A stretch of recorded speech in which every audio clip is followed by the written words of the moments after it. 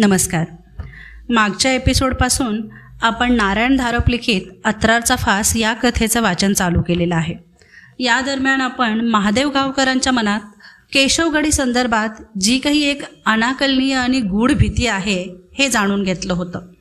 चला तर मग या एपिसोडमध्ये बघूयात केशवगडीचं रहस्य उलगडतं की अजून काही चमत्कारिक गोष्टी आपल्याला बघायला मिळतात.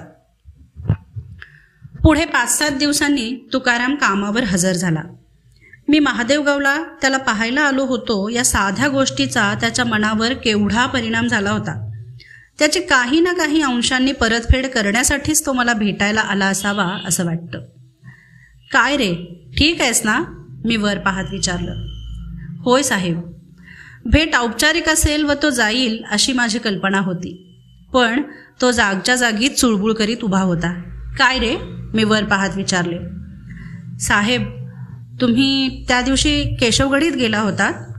त्याने शेवटी धीर धरून विचारले. हो, पाहिली तुमची ती भुताटकीची जागा, मी जरा हसत म्हणालो.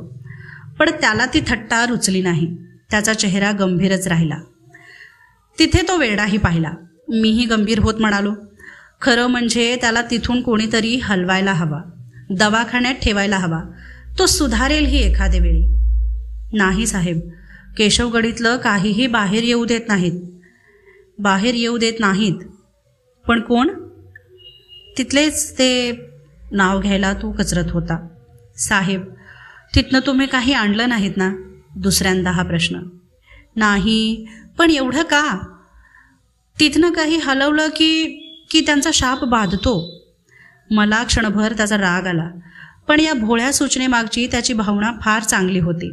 हे बघ, मी काही पुन्हा तिकडे जाण्याची शक्यता नाही, पण गेलोस तर तुमची सूचना अवश्य ध्यानात ठेवीन. झालं? समाधान होऊन तुकाराम त्याच्या कामाला गेला. शरदशी बोलता बोलता केशवगडीचा विषय निघणं अपरिहार्य होतं.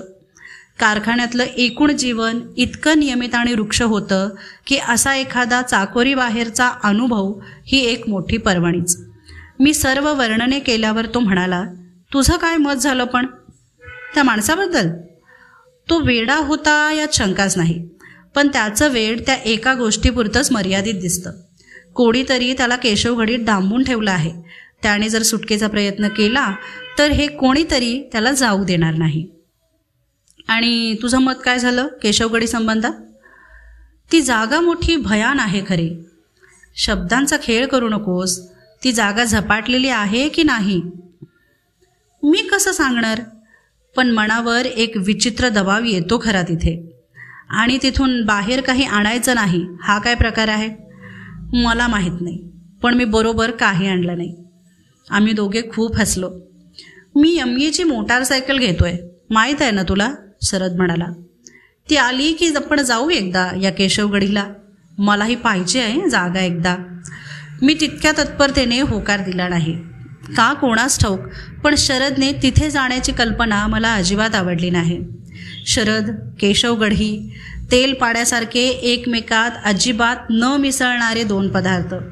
तिथला तो शांत, गंभीर, उदास परिसर शरदच्या उतावळ्या, बडबड्या, एक्स्ट्रोवर्ट स्वभावाशी मला सर्वस्वी विसंगत वाटत होता. शरदचा गाडीचा सौदा झाला. फर्र आवाज करीत त्याची ती चकचकीत हिरवी जावा कॉलनीत फिरायला लागली. एखाद्या वेळी पिलियनवर मी असायचा, पण बहुतेक करून मालतीच असायची. आणि ती दोघं एकमेकांना शोभून दिसत हे मलाही मान्य करावंच लागलं. मला वाटतं शरद आत्तापर्यंत इतका सुखी, आनंदी कधीच दिसला नव्हता. हिरव्या बाणासारखी सुसाट पळणारी त्याची गाडी पाहून मला वाटे त्याने जपून असावं. आयुष्याशी इतका बेदरकार खेळ खेळू नये. वेळ कधी सांगून येते का? पण हा अशुभ विचार मी मनात अगदी खोल ठेवला. त्या रविवारी आम्ही दोघंही संध्याकाळच्या शिफ्टवर होतो. सकाळीच त्याने गाडी काढली होती आणि मला घेऊन निघाला होता. गाडी महादेवगावच्या दिशेला वळेपर्यंत मला त्याच्या बेताची कल्पना नव्हती. गावाच्या हद्दीत गाडी शिरताच मी त्याला थांबवलं. केशवगडीत जायला नको असं सांगून पाहिलं, पण माझी कारणं लंगडी होती, सबबी तुटपुंजा होत्या, पटण्यासारख्या नव्हत्या. मनातले विचार इतके अस्पष्ट होते की शब्दात मांडताच येत नव्हते. तू भीत असलास तर तसं सांग, शेवटी शरद वैतागून म्हणाला. मी तुझ्यावर कोणतीही सक्ती करीत नाही, तुला दोषही देणार नाही, तू या काठावर थांब, मी जाऊन येतो. पण तेच तर मला नको होतं आणि त्याने एकट्याने जायला तर मुळीच नको होतं. मी बरोबर असलो म्हणजे मला त्याच्यावर काहीतरी वचक ठेवता येईल अशी माझी कल्पना होती. पण सगळंच अस्पष्ट होतं. ठीक आहे बाबा, चल मी येतो, मी शेवटी म्हणालो. ओढा ओलांडताना आम्हाला गावकऱ्यांनी पाहिलं असेल, पण आम्हाला अडवायला किंवा सांगायला कोणी आलं नाही. त्यांच्या दृष्टीने आम्ही शिकलेले साहेब लोक. मागे मी आलो तेव्हा दुपार होती, आत्ता सकाळ होती, पण केशवगढीच्या रूपात काही बदल नव्हता. असं वाटत होतं की काळाचा प्रवाह येथे पोहोचतच नाही, याला वळसा घालून गेला आहे. काळ प्रवाहातलं हे एक बेट आहे, इथे काळ थांबला आहे. तिथल्या वातावरणाचा परिणाम किनाऱ्यावर पाय टाकता टाकता मला जाणवला होता. पण शरद मात्र त्यापासून अलिप्त दिसला. तो कुतूहलाने इकडे तिकडे पाहत होता, हळूच स्वतःशी शीळ घालीत होता. कुठे रे तो पडकावाडा, त्याने विचारलं. आता आम्ही ओढा बराच वरच्या अंगाला ओलांडला होता आणि शिवाय मला केशवगडीची काहीच माहिती नव्हती. तेव्हा साधारण अंदाज करून त्या दिशेने मी निघालो आणि शरदही माझ्या मागोमाग निघाला. केशवगडीचा विस्तार किती होता हे मला माहीत नव्हतं. रस्ता चुकण्याची शक्यता होती. आम्हा शहरी लोकांना सदर आखीव रस्त्यांनी चालायची सवय असते. आमच्या सोयीसाठी रस्त्यांवर नावाच्या पाट्या असतात, घरांना नंबर असतात. तेव्हा आसपासच्या खाणाखुणा न पाहता चालायची सवय होते. ती आत्ता मला नडत होती. मी एकदा या भागात हिंडलो होतो, पण सर्व परिसर विसरलो होतो. हळू चालण्याचं आणखीही एक कारण होतं.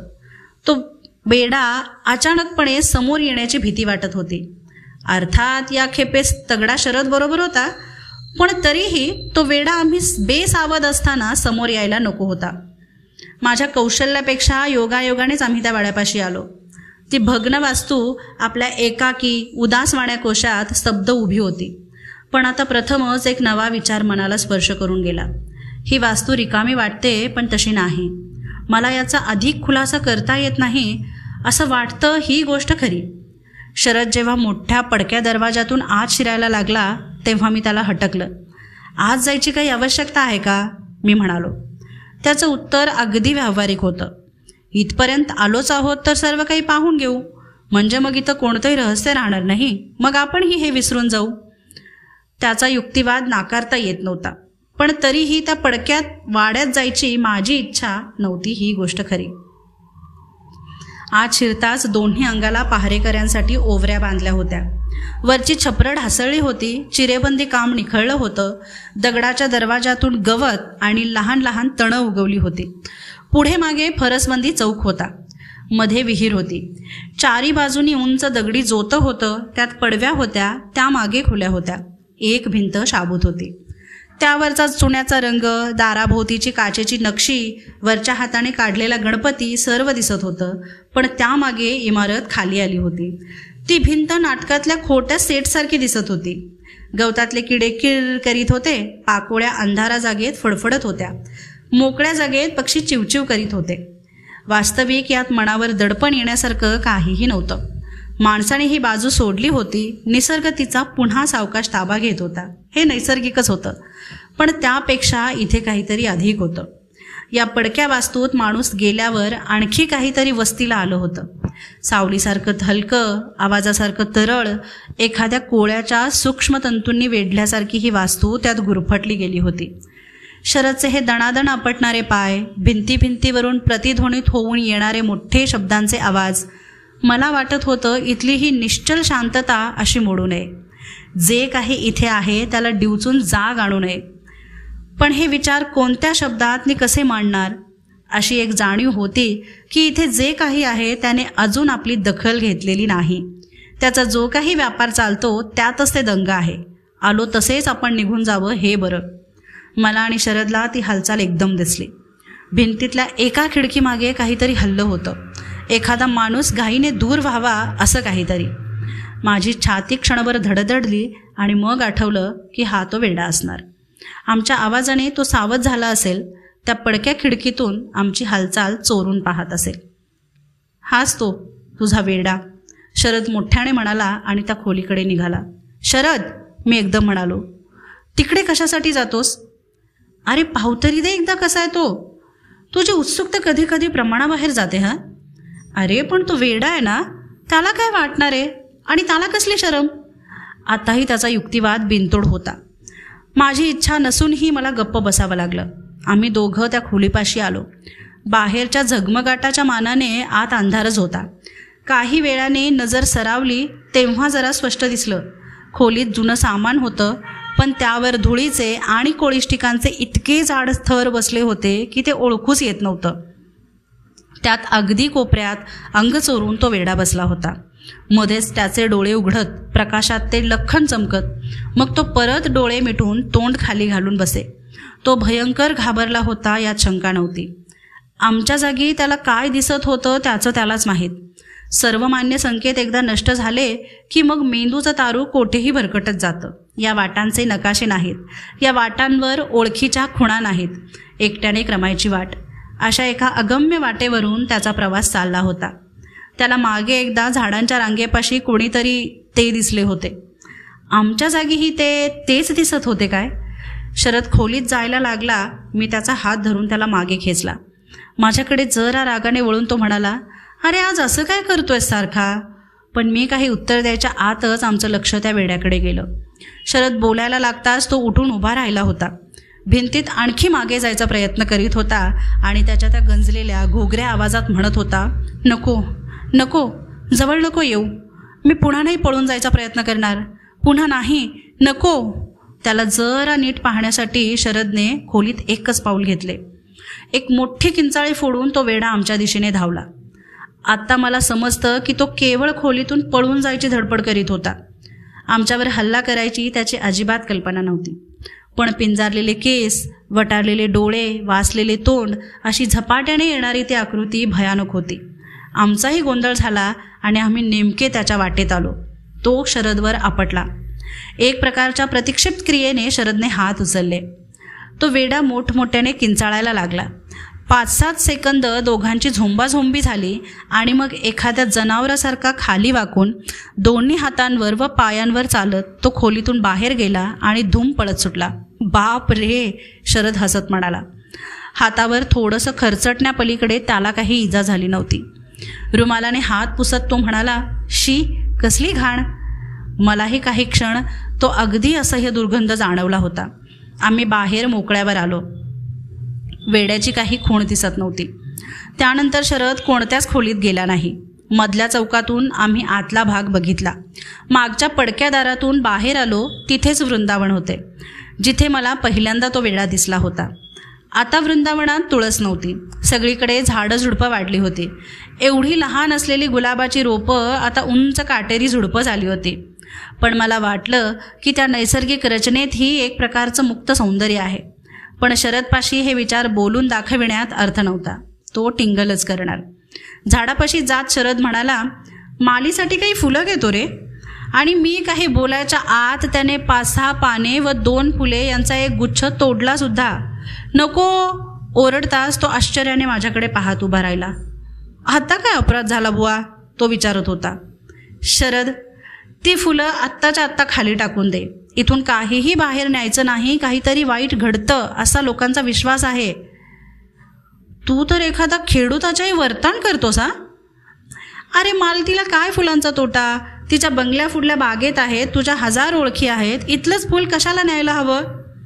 क्षणभर थांबून तो हसत म्हणाला, अशा दाराजवळच्या फुलांपेक्षा रानावनातून मुद्दाम आणलेलं फूल बायकांना जास्त आवडतं. तो वळला. एक प्रकारच्या अट्टाहासाने त्याने बराच मोठा गुच्छ जमवला. त्यात फर्नसारखी पानं होती. विविध रंगांची, वासाची व आकाराची फुलं होती. तो मिश्र रंगांचा गुच्छ अतिशय सुंदर दिसत होता. हे मलाही मान्य करावंच लागलं. जरा वेळ आम्ही केशवगडीतच भटकलो आणि मग ओढा पार करून महादेवगावच्या हद्दीत आलो. माझा एक कान त्या वेड्याच्या हालचालीचा काही आवाज येतो का इकडे होता, पण तो आम्हाला दिसलाच नाही. येताना शरदने फुलांचा तो गुच्छ मोटारसायकलच्या दिव्यावर लावला होता. तुला हे अशुभ वाटतं ना? मग हातातही घेऊ नकोस बाबा, तो थट्टेत म्हणाला होता. मग त्याची ती चकचकती हिरवी मोटारसायकल, पुढचा तो रंगबिरंगी झेंडा नाचवीत डौलाने रस्त्यांवरून धावत आम्हाला परत घेऊन आली. धन्यवाद.